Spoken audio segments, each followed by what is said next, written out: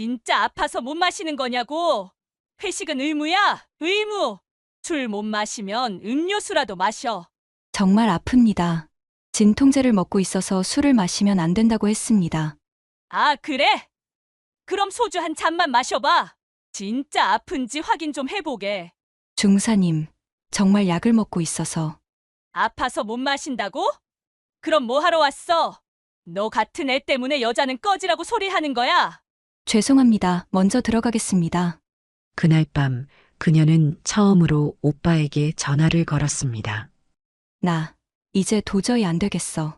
그리고 다음 날 아침 육해공을 뒤흔드는 세 형제가 동시에 부대에 착륙합니다. 구독과 좋아요 눌러주시면 지금 바로 그 지옥 같은 이야기 시작됩니다. 2025년 봄 강원도 깊숙한 산골에 자리 잡은 모 군부대의 새벽 5시 반. 기상 나팔 소리가 울려 퍼지는 순간 정서윤 하사는 다른 누구보다 먼저 침상에서 벌떡 일어났습니다. 24살의 서윤이는 사관학교를 졸업하고 자원 입대한 여군으로 언제나 완벽한 자세로 하루를 시작했어요. 하지만 서윤이에게는 절대 말할 수 없는 비밀이 있었습니다. 바로 부모님과 오빠 셋이 모두 고위군간부라는 사실이었죠. 만약 이 사실이 알려진다면 백으로 들어온 여군이라는 낙인이 찍힐 게 뻔했거든요.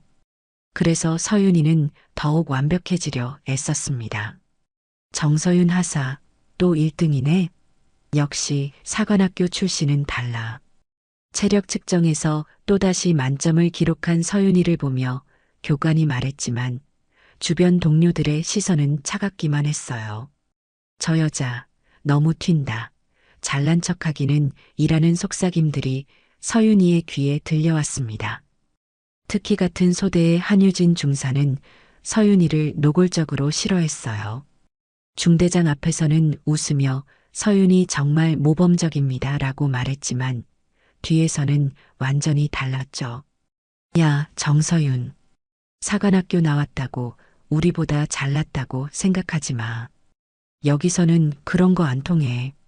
한유진의 차가운 말에 서윤이는 묵묵히 고개만 끄덕였습니다. 반박하면 더 큰 문제가 될 것을 알고 있었거든요. 훈련병 시절부터 서윤이는 수없이 들어왔습니다. 여자는 꺼지라는 말을. 처음에는 농담인 줄 알았어요. 하지만 시간이 지날수록 그것이 진심이라는 걸 깨달았습니다. 남자들만의 세계라고 여겨지는 군대에서 여자인 자신은 환영받지 못하는 존재였어요.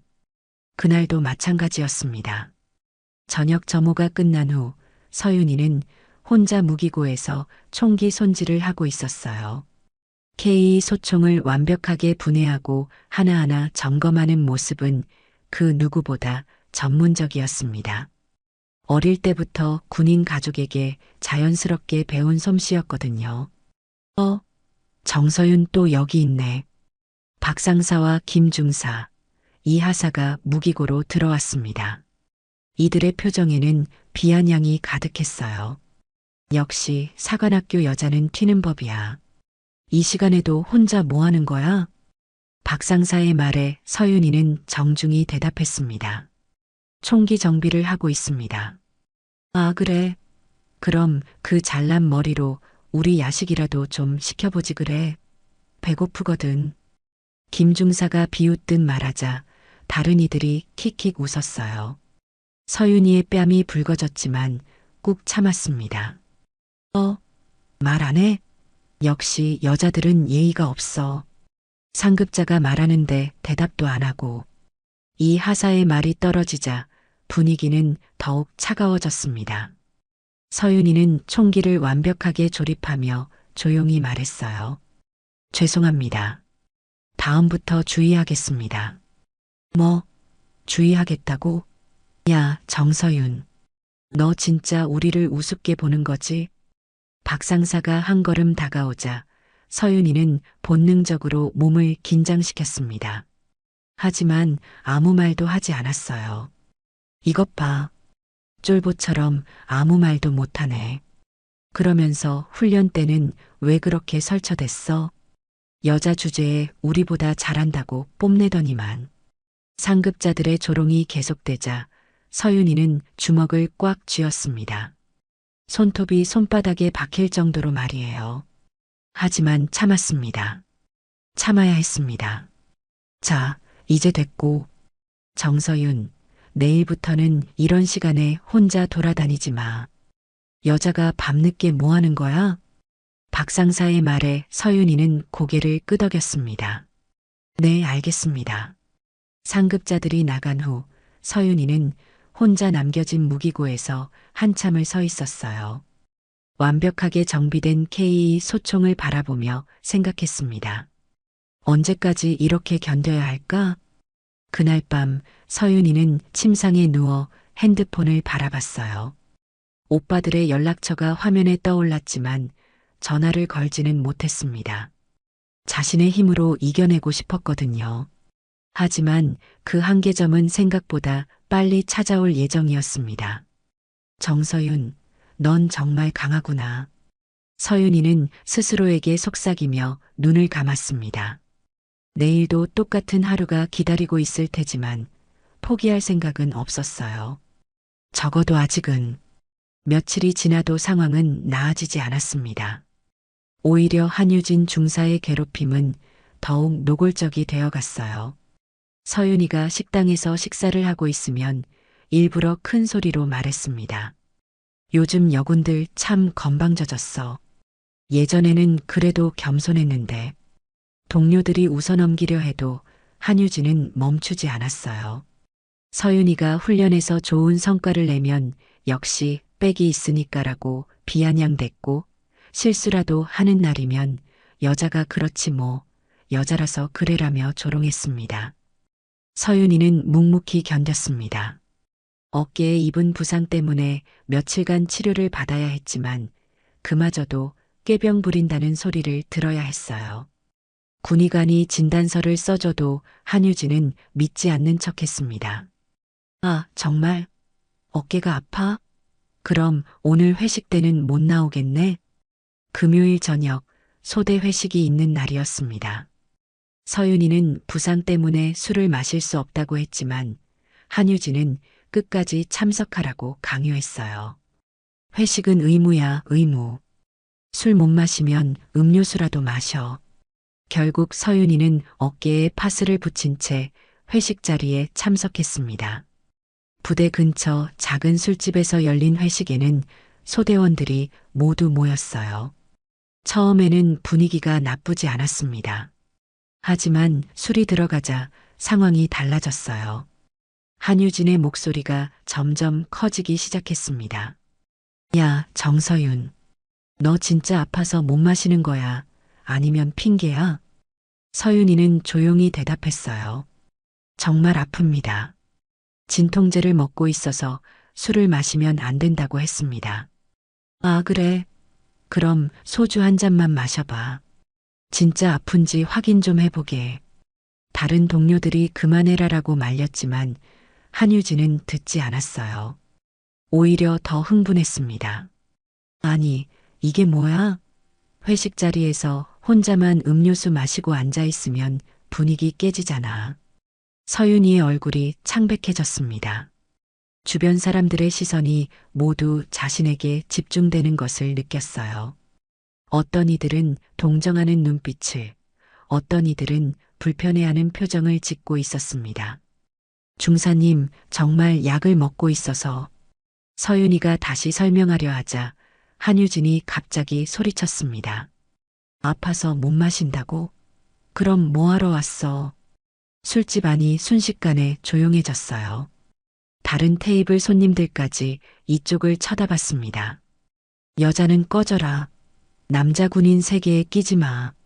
한유진의 목소리가 술집 전체에 울려 퍼졌습니다. 순간 모든 것이 멈춘 것 같았어요. 술잔을 들던 병사들도 대화를 나누던 사람들도 모두 얼어붙었습니다. 서윤이는 천천히 자리에서 일어났습니다. 얼굴은 창백했지만 눈빛만은 흔들리지 않았어요. 죄송합니다. 먼저 들어가겠습니다. 서윤이가 조용히 말하고 술집을 나서자 뒤에서 한유진의 목소리가 다시 들려왔습니다. 봐, 역시 여자는 안 돼. 조금만 세게 말하면 도망가 버리네. 밖으로 나온 서윤이는 차가운 밤 공기 속에서 한참을 서 있었어요. 어깨의 통증보다 마음의 상처가 더 아팠습니다. 주먹을 꽉 쥐고 참으려 했지만 눈물이 흘러내리는 것을 막을 수 없었어요. 부대로 돌아온 서윤이는 침상에 앉아 핸드폰을 꺼냈습니다. 엄마에게 전화를 걸려다가 멈췄어요. 엄마가 걱정할 것이 뻔했거든요. 대신 둘째 오빠 현우의 번호를 눌렀습니다. 여보세요? 오빠. 나야, 서윤이. 서윤아. 무슨 일이야? 이 시간에 전화하는 거 보니까 뭔가 있구나. 현우의 목소리는 언제나처럼 따뜻했지만 동시에 예리했어요. 뭔가 잘못되었다는 것을 바로 눈치챘습니다. 오빠, 미안해. 그냥. 서윤이의 목소리가 떨렸습니다. 나, 이제 도저히 안 되겠어. 전화기 너머로 현우의 숨소리가 들렸어요. 한참의 침묵 후 현우가 조용히 물었습니다. 서윤아, 누가 너한테 뭐라고 했어? 오빠 나. 괜찮아. 천천히 말해봐. 오빠가 다 들어줄게. 그날 밤 서윤이는 처음으로 오빠에게 모든 것을 털어놓았습니다. 훈련병 시절부터 계속된 괴롭힘, 오늘 있었던 회식 자리에서의 모욕, 그리고 여자는 꺼져라는 그 말까지. 전화기 너머 현우의 목소리는 점점 차가워졌어요. 서윤아, 내일 아침까지 기다려. 오빠가 해결해 줄게. 다음 날 아침, 평소와 다름없이 기상나팔이 울려 퍼졌습니다. 서윤이는 어젯밤 현우와의 통화를 떠올리며 복잡한 마음으로 일어났어요. 오빠가 뭔가 해결해 준다고 했지만 구체적으로 어떻게 할 건지는 말하지 않았거든요. 아침 점호가 시작되고 얼마 지나지 않아 이상한 소음이 들리기 시작했습니다. 헬기 소리였어요. 그런데 한 대가 아니었습니다. 저게 뭐야? 병사들이 하늘을 올려다보기 시작했어요. 부대 상공에 거대한 헬기가 나타났습니다. 군용 헬기였는데 평소 이 부대에서 보던 것과는 완전히 달랐어요. 훨씬 크고 위압적이었습니다. 저건 작전사령부 소속 헬기 아니야? 한 선임이 중얼거렸지만 그것은 시작에 불과했습니다. 곧이어 또 다른 헬기가 나타났어요. 이번에는 해병대 소속 상륙 헬기였습니다. 그리고 하늘 저편에서는 공군 수송기까지 접근하고 있었어요. 부대 전체가 술렁이기 시작했습니다. 평소 조용하던 산골 부대에 갑자기 세 군의 항공기가 동시에 나타난 것이었거든요. 이게 뭔 일이야? 훈련도 없었는데. 갑작스러운 사단 점검인가? 병사들의 추측이 난무하는 가운데 부대장실에서는 비상벨이 울리기 시작했어요. 간부들이 허둥지둥 뛰어나오며 상황을 파악하려 했습니다. 첫 번째 헬기가 부대 헬기장에 착륙했습니다. 거대한 바람과 먼지가 일어나며 주변이 아수라장이 되었어요. 헬기 문이 열리자 군복을 입은 한 남자가 내렸습니다. 저분 계급장 봐. 소장이야. 병사들이 웅성거렸어요. 별 2개가 반짝이는 소장 계급장을 단 중년 남성이 당당한 걸음으로 걸어오고 있었습니다. 정태우 육군 소장이었어요. 곧이어 두 번째 헬기도 착륙했습니다. 해병대 소속 헬기에서 내린 것은 별 하나를 단 준장이었어요. 정현우 해병대 준장, 서윤이의 둘째 오빠였습니다. 마지막으로 공군 수송기가 활주로에 착륙하자 거기서도 한 명의 군인이 내렸어요. 독수리 계급장을 단 정지우 공군 대령이었습니다. 부대 정문 앞에 세 형제가 나란히 섰을 때 그 위압감은 상상을 초월했어요.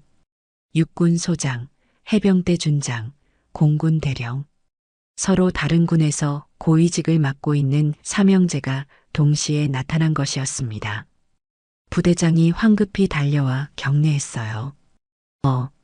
어떻게 오셨습니까? 미리 연락을 주셨으면. 정태우 소장이 차갑게 말했습니다. 여기 정서윤 하사 어디 계십니까?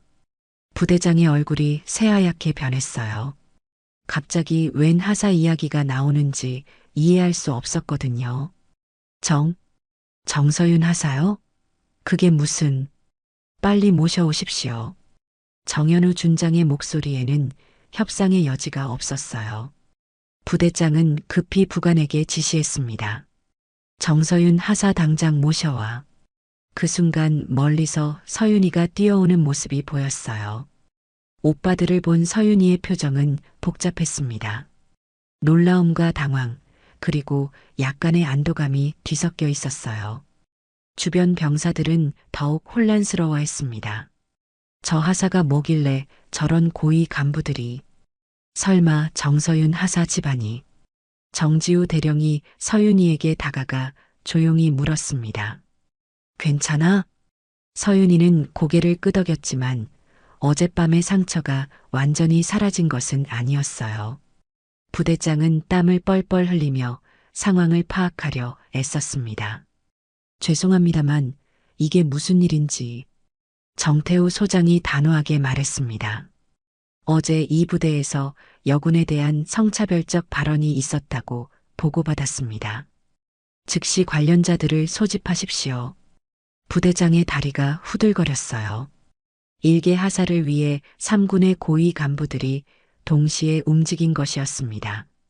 이런 일은 군 역사상 전례가 없었어요.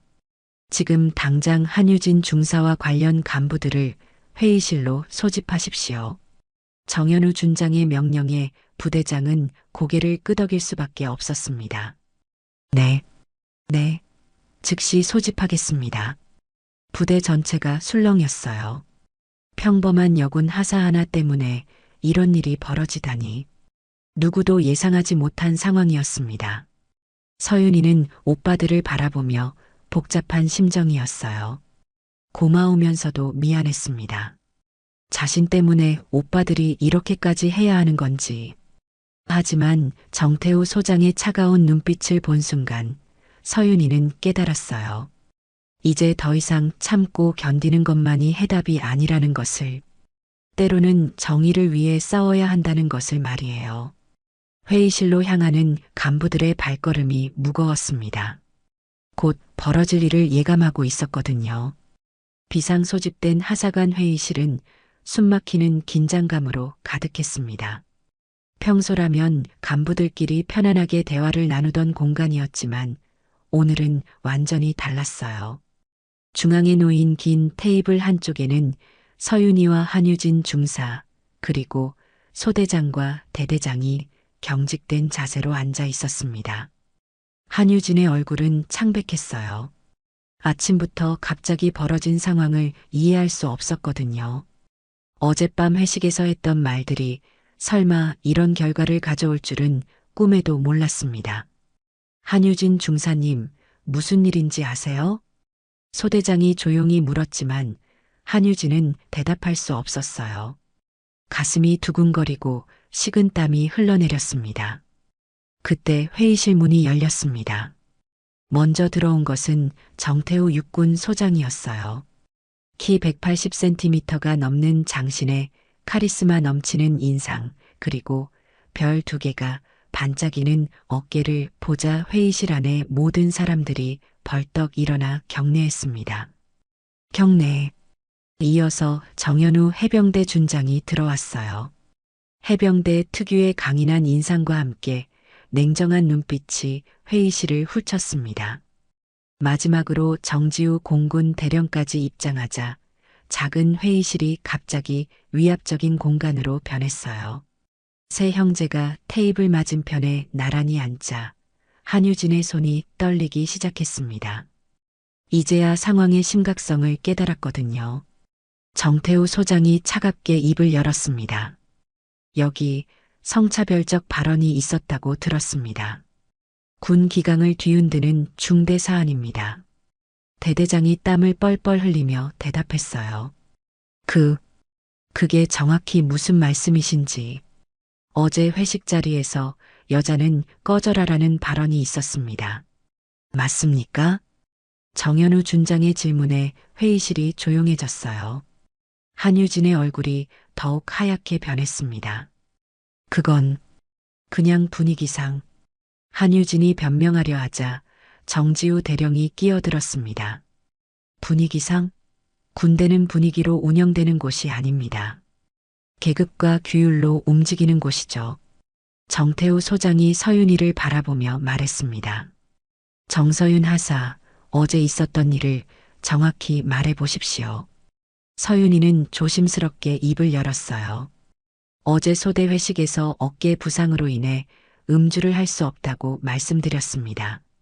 하지만 한유진 중사님께서는 계속 술을 강요하셨고 제가 거절하자 여자는 꺼져라, 남자 군인 세계에 끼지 마라고 말씀하셨습니다. 회의실이 죽음처럼 조용해졌어요.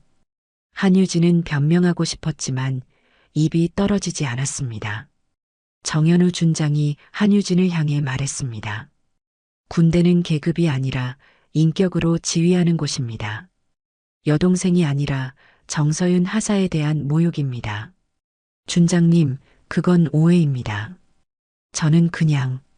한유진이 급하게 변명하려 하자 정지우 대령이 차갑게 말했습니다.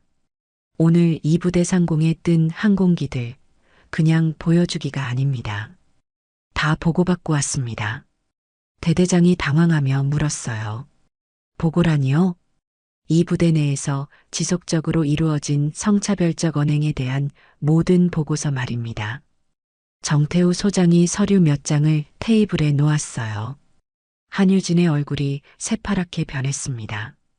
한유진 중사, 당신이 지난 몇 달간 정서윤 하사에게 한 말들이 다 기록되어 있습니다. 사관학교 출신이라고 잘난 척한다. 여자 주제에 쫄보 등등. 한유진은 당황했어요. 그냥 분위기상 농담처럼 한 말이었습니다. 농담?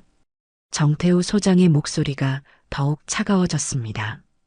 그 농담 하나로 오늘 당신의 인생은 끝났습니다. 대대장이 급히 끼어들었어요. 소장님, 모든 책임은 제가. 부대 내에서 성인지 감수성 교육이 부족했던 것 같습니다. 됐습니다. 정태우가 냉정히 잘랐습니다. 정서윤 하사를 향해 여자는 꺼져라고 말한 순간 당신 부대는 군 자격을 잃었습니다. 그 순간이었습니다.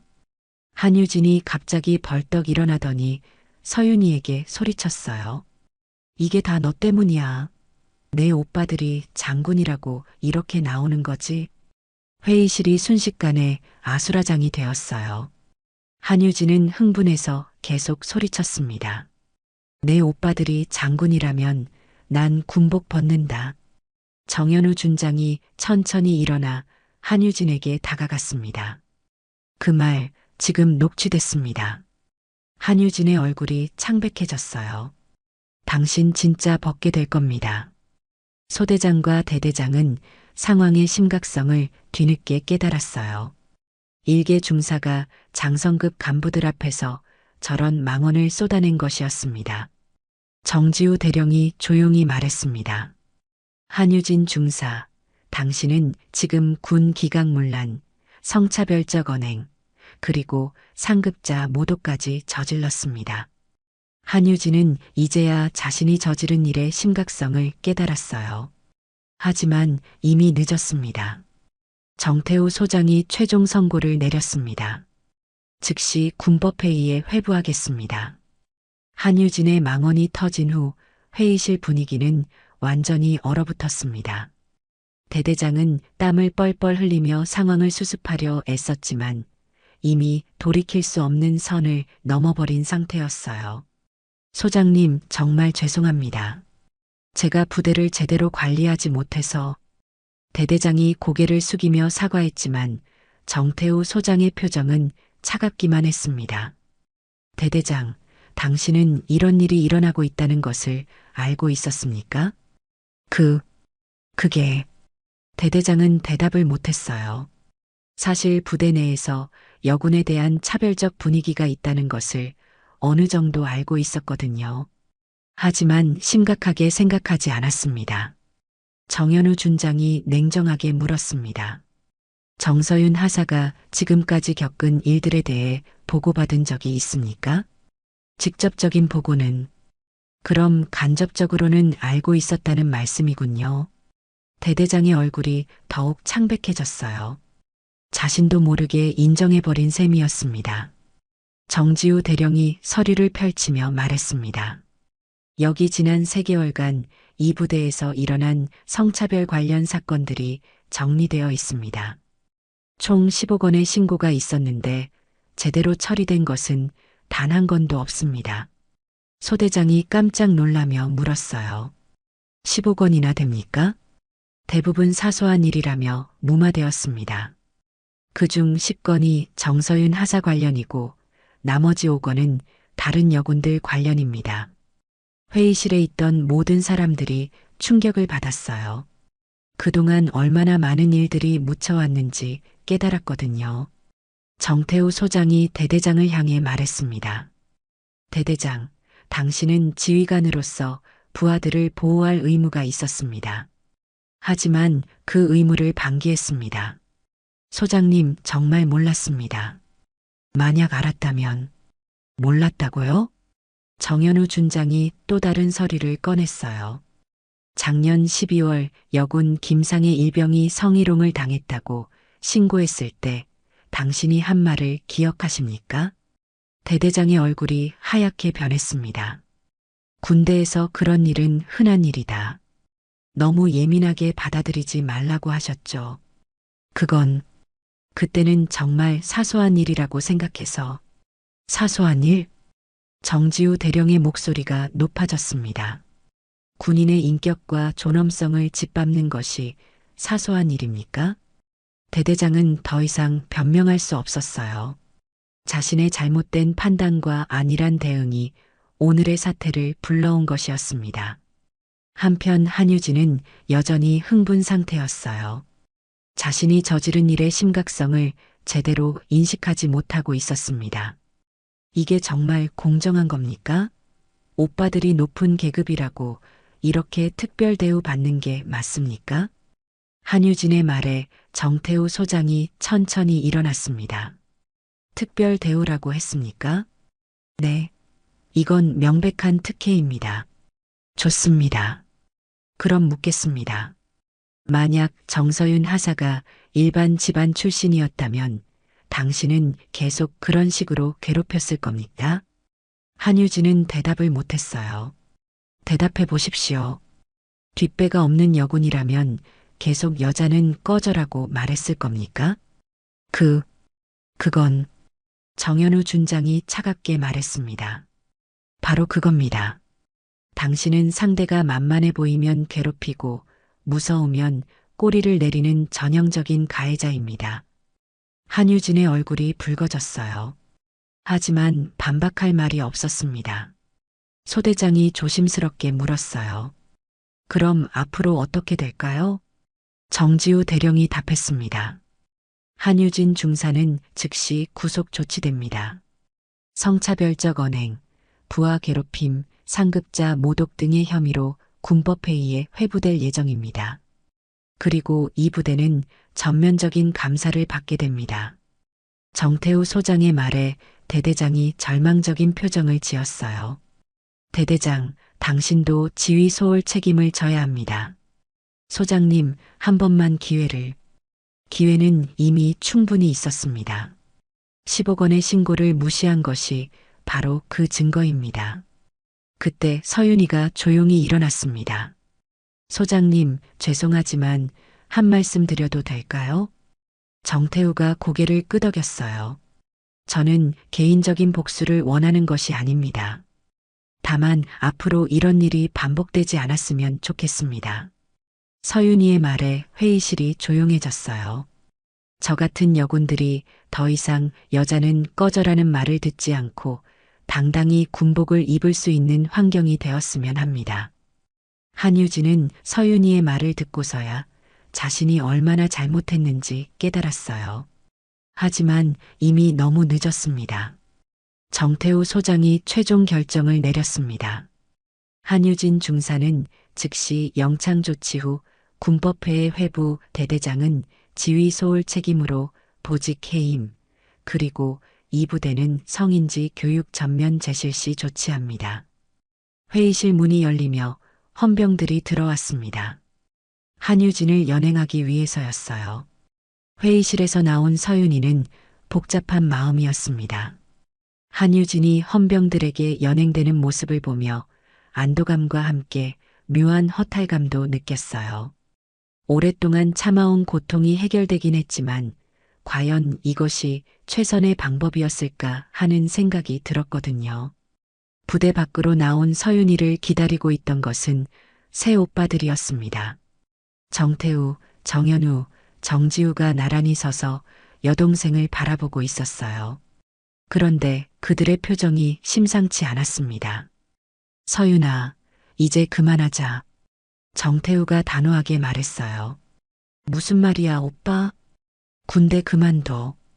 이런 더러운 곳에서 더 이상 고생할 필요 없어. 정현우도 동조했습니다. 맞아, 서윤아. 우리가 다른 좋은 자리 하나 만들어줄 수 있어. 공무원이든 공기업이든 아니면 해외 유학도 보내줄 수 있고. 정지우까지 나서자 서윤이는 당황했어요. 오빠들 갑자기 왜 이래? 문제는 해결됐잖아. 해결됐다고? 서윤아, 이건 시작에 불과해. 정태우의 목소리에 걱정이 묻어 있었어요. 한유진 같은 놈들이 한둘이겠어? 앞으로도 계속 나타날 거야. 그때 갑자기 부대 안에서 소란이 일어났습니다. 몇 명의 병사들이 뛰어나오더니 서윤이를 발견하고는 수군거리기 시작했어요. 저기 정서윤 하사다. 진짜 오빠들이 다 장군이었구나. 와, 대박. 완전 금수저네. 그럼 그렇지. 어떻게 여자가 그렇게 당당할 수 있었겠어. 병사들의 수군거림이 서윤이의 귀에 들려왔습니다. 예상했던 반응이지만 실제로 듣고 보니 마음이 아팠어요. 와, 서윤아. 이제 너는 정서윤이 아니라 장군의 여동생이 됐어. 정현우가 안타까운 표정으로 말했어요. 앞으로 내가 뭘 해도 사람들은 백 때문이라고 생각할 거야. 정지우의 말에 서윤이의 마음이 무거워졌습니다. 하지만 그때 또 다른 목소리가 들려왔어요. 정서윤 하사님. 뒤에서 누군가 부르는 소리에 서윤이가 돌아봤습니다. 김민지 일병이 달려오고 있었어요. 하사님, 정말 고생 많으셨어요. 김민지의 눈가에 눈물이 맺혀 있었습니다. 민지야, 왜 울어? 저도 사실 한유진 중사한테 괴롭힘 당했거든요. 하지만 말할 용기가 없었어요. 김민지의 고백에 서윤이가 놀랐어요. 뭐라고? 여자는 군대에 어울리지 않는다고, 빨리 결혼해서 나가라고. 매일 들었어요. 그때 또 다른 여군이 다가왔습니다. 이소영 상병이었어요. 저도 마찬가지였어요. 하사님이 용기를 내주셔서 정말 감사해요. 소영이 너도? 서윤이는 충격을 받았어요. 자신만 당하는 줄 알았는데 다른 여군들도 똑같은 고통을 겪고 있었던 것이었습니다. 하사님, 저희는 하사님처럼 용감하지 못해서 그냥 참고 살았어요.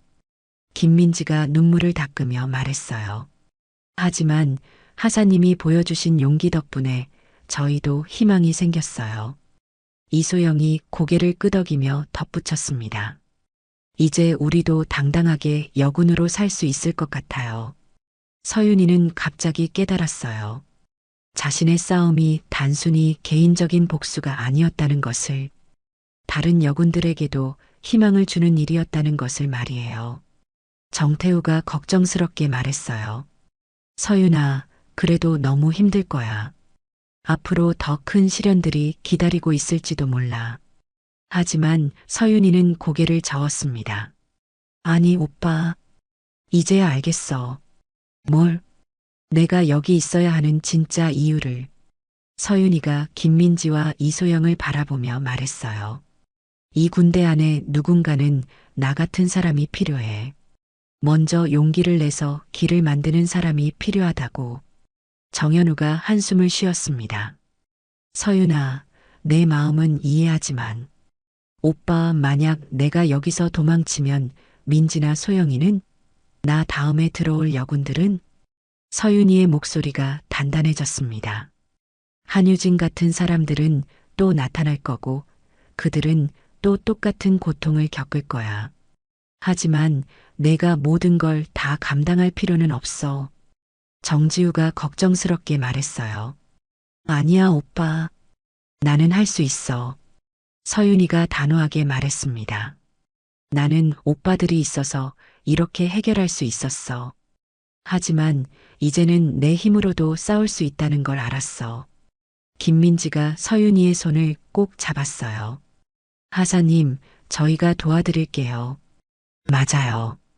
이제는 혼자가 아니에요. 이소영도 힘을 보탰습니다.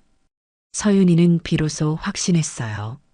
자신이 여기 있어야 하는 이유를, 그리고 앞으로 해야 할 일을 말이에요. 오빠들 고마워. 하지만 나는 여기 남을 거야. 새 오빠들이 침묵했어요. 여동생의 의지가 얼마나 단단한지 알 수 있었거든요. 그날 저녁 서윤이는 다시 부대로 들어갔습니다. 이번에는 혼자가 아니었어요. 김민지와 이소영, 그리고 몇 명의 다른 여군들이 함께였습니다. 서윤이가 부대로 돌아간 지 일주일 후 한유진 중사의 군법회의가 열렸습니다. 육군본부 군법회의실은 엄숙한 분위기로 가득했어요. 방청석에는 언론사 기자들과 관련 인사들이 자리를 채웠습니다. 이 사건이 전군에 미칠 파장이 얼마나 클지 모두가 주목하고 있었거든요. 한유진은 수갑을 찬 채로 피고석에 앉아 있었습니다. 일주일 전에 거만한 모습은 온데간데 없고 초췌하고 불안한 표정만 남아 있었어요. 변호사는 선임했지만 증거가 너무 명백해서 변호할 여지가 거의 없었습니다. 피고 한유진 중사에 대한 군법회의를 시작하겠습니다. 군판사의 엄숙한 목소리가 법정에 울려 퍼졌어요. 피고는 성차별적 언행, 집단 따돌림, 음주회식 강요, 그리고 상급자 모독 등의 혐의로 기소되었습니다. 한유진의 얼굴이 창백해졌어요. 하나하나가 모두 군법상 중대한 범죄였거든요. 증인 정서윤 하사, 증언대로 나오십시오. 서윤이가 당당한 걸음으로 증언대에 섰습니다. 방청석의 모든 시선이 그녀에게 집중되었어요. 증인은 피고와의 관계를 설명해 주십시오. 검찰관의 질문에 서윤이가 차분하게 답했습니다. 저와 한유진 중사는 같은 부대 소속으로 그는 제 직속 상급자였습니다. 그럼 피고로부터 어떤 피해를 당했는지 구체적으로 말씀해 주십시오. 서윤이는 침착하게 증언을 시작했어요. 훈련병 시절부터 지속된 괴롭힘, 일상적인 성차별 발언들, 그리고 마지막 회식에서 있었던 여자는 꺼져라는 모욕까지 하나하나 빠짐없이 진술했습니다. 방청석에서는 탄식과 분노의 목소리가 새어나왔어요. 언론사 기자들은 열심히 메모를 했고 카메라 플래시가 터졌습니다. 증인의 증언이 모두 사실입니까? 네, 모두 사실입니다. 서윤이의 단호한 답변에 한유진이 고개를 떨궜어요. 그때 갑자기 법정 문이 열렸습니다. 정태우 소장이 들어오는 것이었어요. 방청석이 술렁였습니다. 증인 정태우 소장, 증언대로 나오십시오. 정태우가 증언대에 서자 한유진의 얼굴이 더욱 창백해졌어요. 증인께서는 이 사건에 어떤 입장으로 관여하게 되었습니까? 검찰관의 질문에 정태우가 답했습니다. 저는 피해자의 오빠가 아니라 육군 소장으로서 이 자리에 섰습니다. 방청석이 다시 술렁였어요. 예상치 못한 답변이었거든요. 무슨 말씀이신지요? 군에서 성차별은 단순한 개인 간의 갈등이 아닙니다. 군 전체의 품격과 기강에 관련된 문제입니다. 정태우의 목소리가 법정에 울려 퍼졌어요. 만약 이런 일들이 계속 묵인된다면 우리 군은 국민의 신뢰를 잃을 것입니다. 그래서 제가 나선 것입니다. 한유진의 변호사가 일어났어요. 이에 있습니다. 증인은 명백히 개인적 이해관계가 있는 사람입니다. 하지만 군판사가 고개를 저었어요.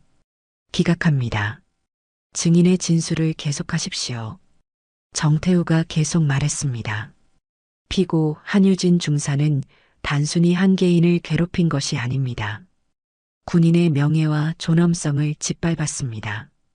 그리고 회식 자리에서 여자는 꺼져라고 말한 것은 대한민국 군대가 추구하는 가치와 정면으로 배치되는 행위입니다. 방청석에서 박수가 터져 나왔어요. 군판사가 정숙을 요구했지만 감동의 물결은 쉽게 가라앉지 않았습니다.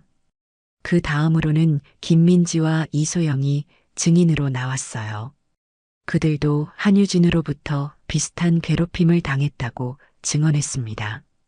피고는 저에게도 여자는 빨리 결혼해서 나가라고 말했습니다. 김민지의 증언에 이어 이소영도 말했어요.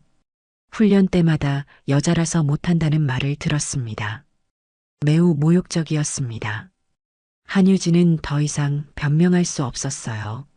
증거와 증언이 너무 명백했거든요.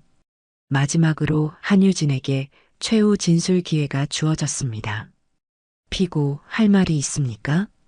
한유진이 떨리는 목소리로 말했어요. 죄송합니다. 제가 너무 잘못했습니다. 정서윤 하사님과 다른 여군분들께 진심으로 사과드립니다. 하지만 이미 늦었어요. 사과로 해결될 수 있는 선을 이미 넘어버렸거든요. 군판사가 최종 판결을 선고했습니다. 피고 한유진 중사는 성차별적 언행과 집단 따돌림, 상급자 모독 등의 죄로 강제전역 및 징역 1년에 처합니다. 또한 이 사건을 계기로 정군의 성인지 감수성 교육을 의무화하도록 권고합니다.